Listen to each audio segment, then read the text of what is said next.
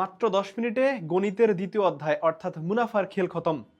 Class 8-এর student, যদি তোমার target হয়ে থাকে স্কলারশিপ পাওয়া, তবে এই ভিডিও দেখা তোমার জন্য একদম মাস্ট। এবং তোমাদের গণিতের পাটিগণিত অংশের অন্যতম একটা গুরুত্বপূর্ণ চ্যাপ্টার হচ্ছে মুনাফা, যেই মুনাফার মধ্যে দুইটা অংশ, তাই না? একটা সরল মুনাফা এবং একটা হচ্ছে চক্রবৃদ্ধি মুনাফা। এবং এই মুনাফা অংশটুকু নিয়ে তোমাদের আসলে অনেক বেশি দ্বিধাদ্বন্দ্ব থাকে এবং তোমাদের কনসেপ্ট অনেক সময় ক্লিয়ার থাকে না।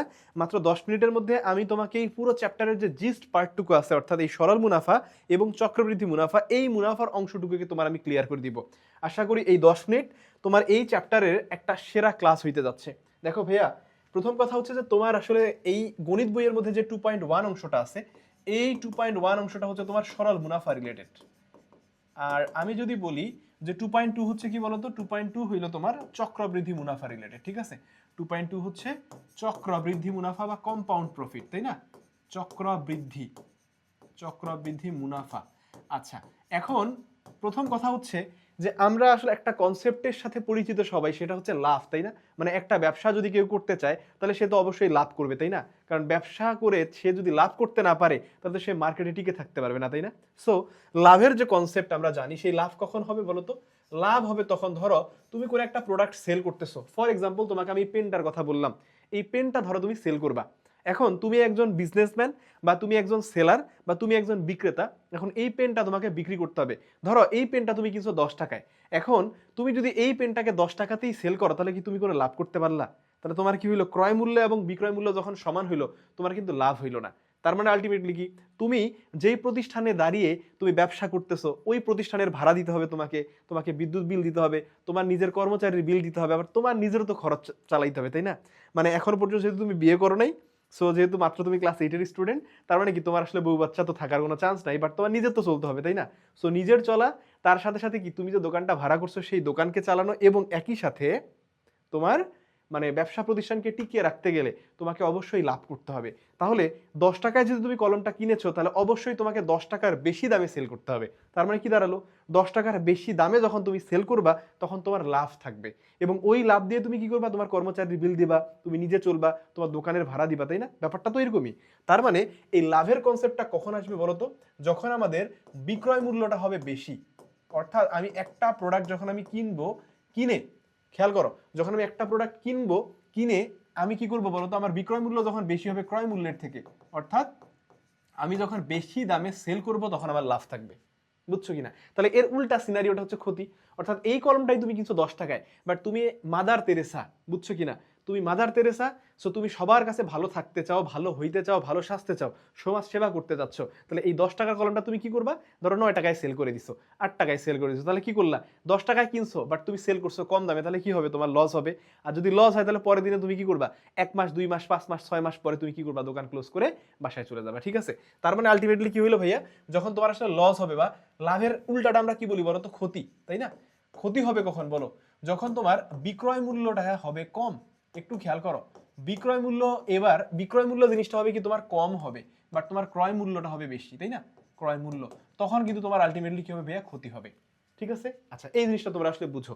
বাট এবার মেইন কথাটা আমি বলি, এই যে সরল মুনাফার যে মেইন কনসেপ্ট, সেই মেইন কনসেপ্টটা কি জানো? সরল মুনাফায় লাভ কম, সরল মুনাফায় টাকা কম। এবং তোমাকে যদি আমি আরো সহজ ভাষায় বলি, চক্রবৃদ্ধি মুনাফা বা কম্পাউন্ড প্রফিট, এর ইংলিশ টার্ম হচ্ছে কম্পাউন্ড। কম্পাউন্ড মানে কি? জটিল। জটিল মানে কি? কঠিন জিনিস। অর্থাৎ এইখানে মুনাফা বা এখানে লাভটা, এখানে একটু টাকা বেশি পাওয়া যায়, বুঝছো? আচ্ছা, সরল মুনাফার ব্যাপারটা কি? ধরো তোমাকে আমি বললাম ফর এক্সাম্পল 1000 টাকা তুমি ব্যাংক থেকে নিছো, ঠিক আছে? মানে 1000 টাকা হয় তুমি ব্যাংকে নিছো বা তুমি ব্যাংকে জমা রাখছো। তাহলে এই 1000 টাকার উপরে ব্যাংক তোমাকে ধরো একটা নির্ধারিত হারে, তুমি যেহেতু জমা রাখছো, তাহলে কি করবে? তোমাকে একটা নির্ধারিত হারে তোমাকে একটা ইন্টারেস্ট দিবে, সুদ দিবে, যার বাংলা ভাষা হচ্ছে সুদ। আর মানে একটু স্ট্যান্ডার্ড ভাষায় যদি বলি ভাইয়া, তাহলে সেটাকে কি বলবো? আমরা মুনাফা বলবো। তাহলে এই 1000 টাকার উপর বেস করে তোমাকে ধরো 10%, হিসাবের সুবিধার জন্য ধরলাম 10% তোমাকে কি করতেছে? মুনাফা দিচ্ছে। তাহলে 10% কথাটার মানে কি ভাইয়া? 10% কথাটার মানে হইলো যে 100 টাকাতে তোমাকে কি করবে ভাইয়া? 10 টাকা দিবে। কত দিবে? 10 টাকা। তার মানে তোমার তো 1000 টাকা আছে, তাই না? তাহলে 1000 টাকাতে তোমাকে কত দিবে বলো তো? অবশ্যই 100 টাকা দিবে।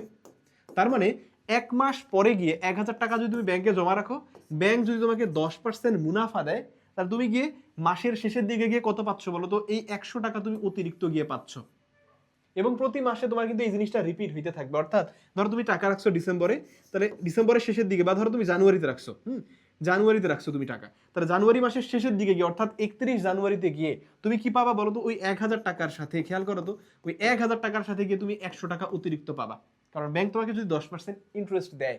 আচ্ছা, এরপরে যখন তুমি ফেব্রুয়ারিতে যাবা, ঘটনাটা কি হইলো দেখো তো। ফেব্রুয়ারিতে গিয়ে কি হচ্ছে, ওই 1000 টাকা তো তোমার আছেই, মানে এই টাকাটা তোমার কিন্তু মেইন টাকা, বা যেটাকে আমরা মেইন টাকা বা আসল টাকা বলি, হ্যাঁ, ওই আসল টাকার এইটা কি বলতো, তোমার এটা কিন্তু ইন্টারেস্ট দিচ্ছে 10% করে ইন্টারেস্ট। হ্যাঁ, এখন আসো তো, এই 1000 টাকার উপরে কিন্তু ফেব্রুয়ারিতে গিয়ে কি হবে, ওই আরো 100 টাকা তোমাকে দিবে। তার মানে আগের এই 100 টাকা ছিল না, এই 100 টাকা কিন্তু তোমার এখানে থাকবে, উদ্ধৃত হিসেবে থাকবে। তাহলে অতিরিক্ত দেখো, তাহলে এইটা হচ্ছে জানুয়ারি মাসের 100, এবং ফেব্রুয়ারিতে গিয়ে তোমার এই আরো অতিরিক্ত তুমি 100 টাকা পাইলা। তার মানে আগের 100 টাকা আর পরের 100 টাকা মিলে ফেব্রুয়ারি মাসে গিয়ে তুমি অতিরিক্ত কত টাকা পাচ্ছ? 200 টাকা পাচ্ছ। একটা জিনিস ভাইয়া খেয়াল করো তো, তোমার কিন্তু এই 1000 টাকার উপরে জানুয়ারি মাসেও 100 দিছে, আবার ফেব্রুয়ারিতেও 100 দিছে। ইভেন তুমি যদি ডিসেম্বর মাসের দিকে যাও, ডিসেম্বরে কিন্তু তোমাকে ওই 100 টাকাই দিবে, মানে 10% করেই দিবে। মানে তোমার প্রতি মাসে কয় টাকা করে তাহলে বাড়তেছে বলো তো? এই 100 টাকা করেই কিন্তু তোমার প্রতি মাসে বাড়বে। তারপরে জানুয়ারিতে 100 হবে, ফেব্রুয়ারিতে 100 পাবা, মার্চে গিয়ে 100 পাবা, তাই না? এভাবে কিন্তু তোমার বাড়বে। বাট চক্রবৃদ্ধি মুনাফার কনসেপ্টটা একটু আলাদা।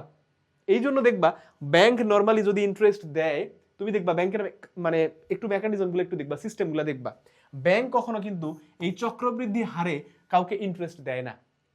কেন দেয় না জানো? কারণটা হচ্ছে এরকম, চক্রবৃদ্ধির মেকানিজমটা হচ্ছে এরকম, ধরো তুমি 1000 টাকা ব্যাংকে জমা রাখছো, কত? 1000। ধরো এখানে তোমাকে 10% করে কি দিচ্ছে? ইন্টারেস্ট দিচ্ছে। তারপরে এই 1000 টাকাটা হচ্ছে কি ভাইয়া তোমার আসল টাকা, কনসেপ্ট বুঝো, এটা হচ্ছে তোমার আসল টাকা। তাহলে তোমাকে কি করতেছে? 10% তোমাকে ইন্টারেস্ট দিচ্ছে। তাহলে আমাকে বলো, ধরো জানুয়ারি মাসের শেষের দিকে গিয়ে, তুমি তাহলে কত টাকা পাবা? হিসেব করো। তাহলে ওই 1000-এর সাথে 10% করে আমরা এখানে হিসেব করে দেখলাম, 10% কথা মানে 100 টাকায় যদি 10 টাকা হয়, তাহলে 1000 টাকায় হবে 100 টাকা, তাই না? তাহলে খেয়াল করো তো, তাহলে জানুয়ারির শেষের দিকে গিয়ে ওই 1000 টাকার সাথে তোমার কিন্তু যুক্ত হচ্ছে 100 টাকা। তার মানে ব্যাপারটা কি দাঁড়ালো? প্রথম মাসের হিসেবের জন্য আমার কিন্তু সরল মুনাফা এবং চক্রবৃদ্ধির মুনাফার হিসেবের রেটটা একই রকম। একটু খেয়াল করো তো, প্রথম মাসের জন্য কিন্তু দেখো জানুয়ারিতে এখানে 1000 টাকা ছিল, তার সাথে কি ছিল দেখো তো, 1000-এর সাথে এই 1000 আমার আসল ছিল, তার সাথে মুনাফা 100 টাকা। ইভেন আমি যখন চক্রবৃদ্ধি হিসেব করলাম, তখন আমার প্রথম মাসের জন্য 1000 আমার আসল ছিল, তার সাথে 10% যখন আমাকে ইন্টারেস্ট দিচ্ছে, তখন কিন্তু আমি 100 টাকা কি পাচ্ছি বলতো? মুনাফা বা সুদ পাচ্ছি। বাট কাহিনীটা হবে পরের মাসে গিয়ে, অর্থাৎ যখন ফেব্রুয়ারি হবে না, এই ফেব্রুয়ারি মাসে গিয়ে, অর্থাৎ জানুয়ারির 31 তারিখ তো এখানে ক্লোজ, মানে 31 তারিখ তো তোমার এখানে ক্লোজ জানুয়ারি, তাই না? তাহলে পরে যখন ফেব্রুয়ারি মাসের 1 তারিখ থেকে শুরু হবে, তুমি ব্যাংকে টাকা রাখছিলা কত বলো তো? এই 1000 টাকাটা রাখছো না তুমি, এই টাকাটাই তো তোমার আসল টাকা, বা আমরা যেটাকে কি বলি প্রিন্সিপাল অ্যামাউন্ট, এটা হচ্ছে তোমার আসল টাকা, তাই না? কাহিনীটা হবে কি জানো? যখন ফেব্রুয়ারি মাস যাবে, এই ফেব্রুয়ারিতে গিয়ে তুমি রাখছিলা কত টাকা? 1000 টাকা রাখছো, তুমি মুনাফা পাইছো কত? এইটা কিন্তু তুমি মুনাফা পাইছো। কি পাইছো ভাইয়া? এইটা তুমি পাইছো মুনাফা। তাহলে যদি আসল তুমি রাখছো 1000 টাকা, তুমি জানুয়ারি মাসের শেষের দিকে গিয়ে ইন্টারেস্ট পাইছো 100 টাকা। এখন ব্যাংক পরের মাসে গিয়ে, ব্যাংক যদি তোমাকে চক্রবৃদ্ধি হারে ইন্টারেস্ট দেয়, তাহলে এই ফেব্রুয়ারি মাসে গিয়ে তোমার আসল টাকা হয়ে যাবে কত জানো? 1100 টাকা।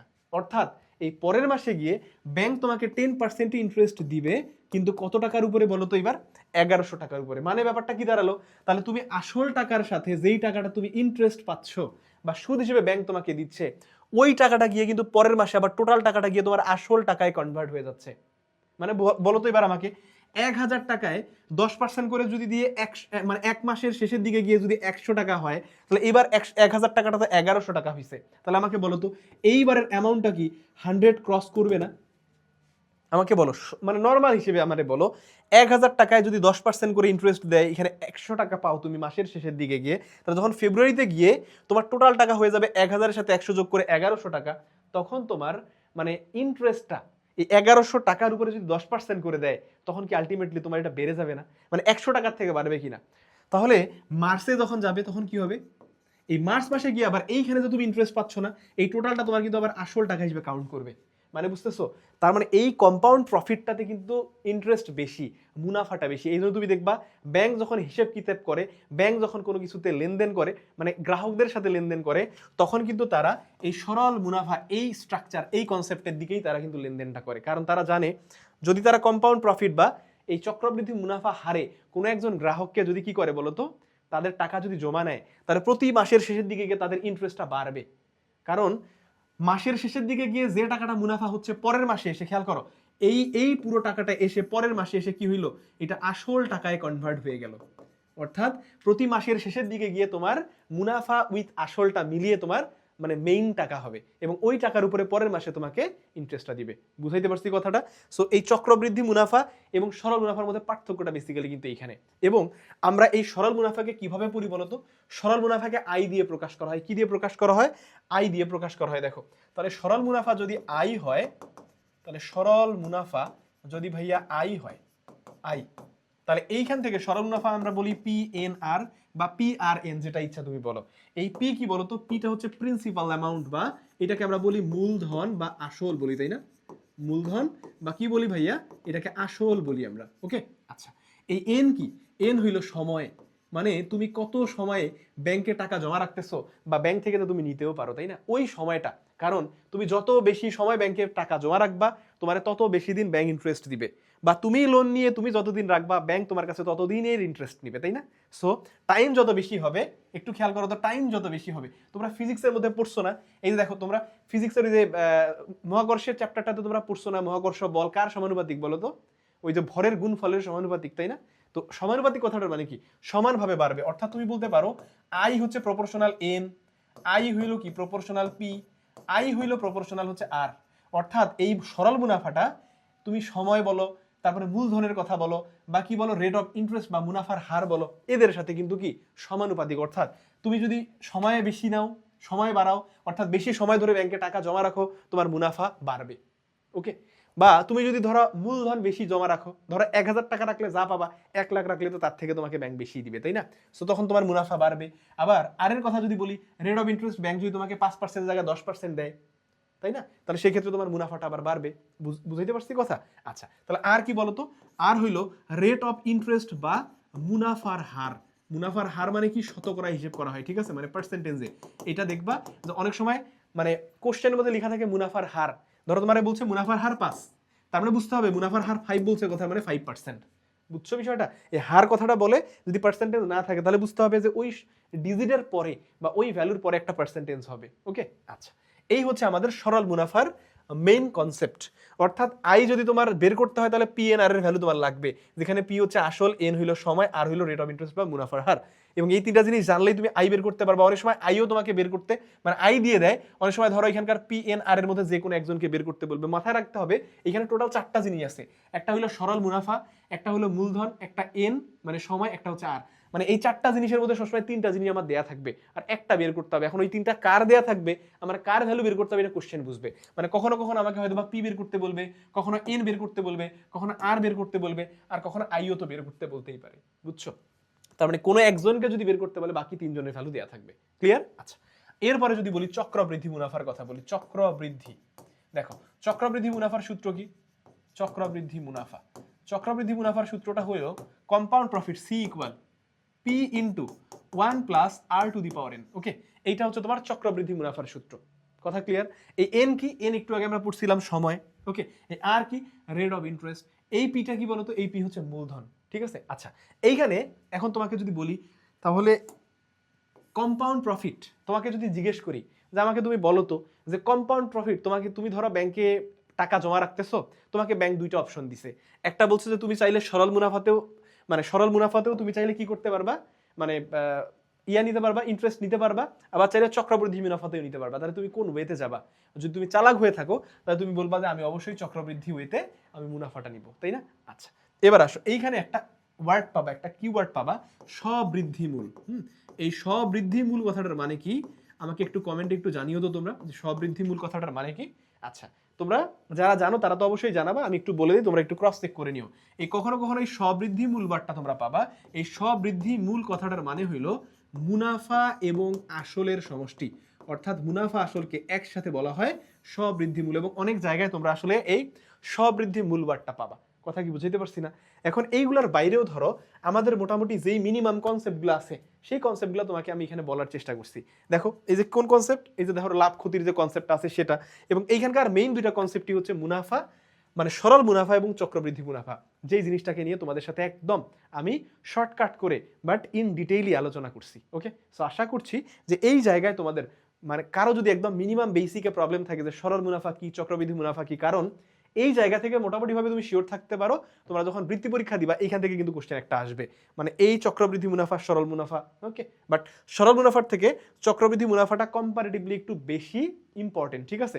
বাট সরল মুনাফা থেকে যে কোশ্চেন আসছে না এমন না, অবশ্যই কোশ্চেন আসবে। যখন জেএসসি পরীক্ষা ছিল তখন এখান থেকে কোশ্চেন আসতো, ঠিক আছে। সো তোমাদের জন্য অনেক বেশি ইম্পর্টেন্ট। এবং এর বাইরেও তোমরা এরকম টাইপের ছোট ছোট কনসেপচুয়াল কোনো ভিডিও আসলে চাও কিনা, যা ছোট ক্লাসের মাধ্যমে তোমাদেরকে এক্সপ্লেইন করি, সেটা তোমরা কমেন্ট করতে পারো। হইতে পারে এটা পাটিগণিত, বীজগণিত, জ্যামিতি, পরিসংখ্যান বা তথ্য উপাত্ত, হ্যাঁ, মানে যে কোনো কিছু, যে কোনো টপিকের উপর হইতে পারে, সেটা কমেন্টে জানাইতে পারো। সো তোমাদের সবার জন্য শুভকামনা থাকলো।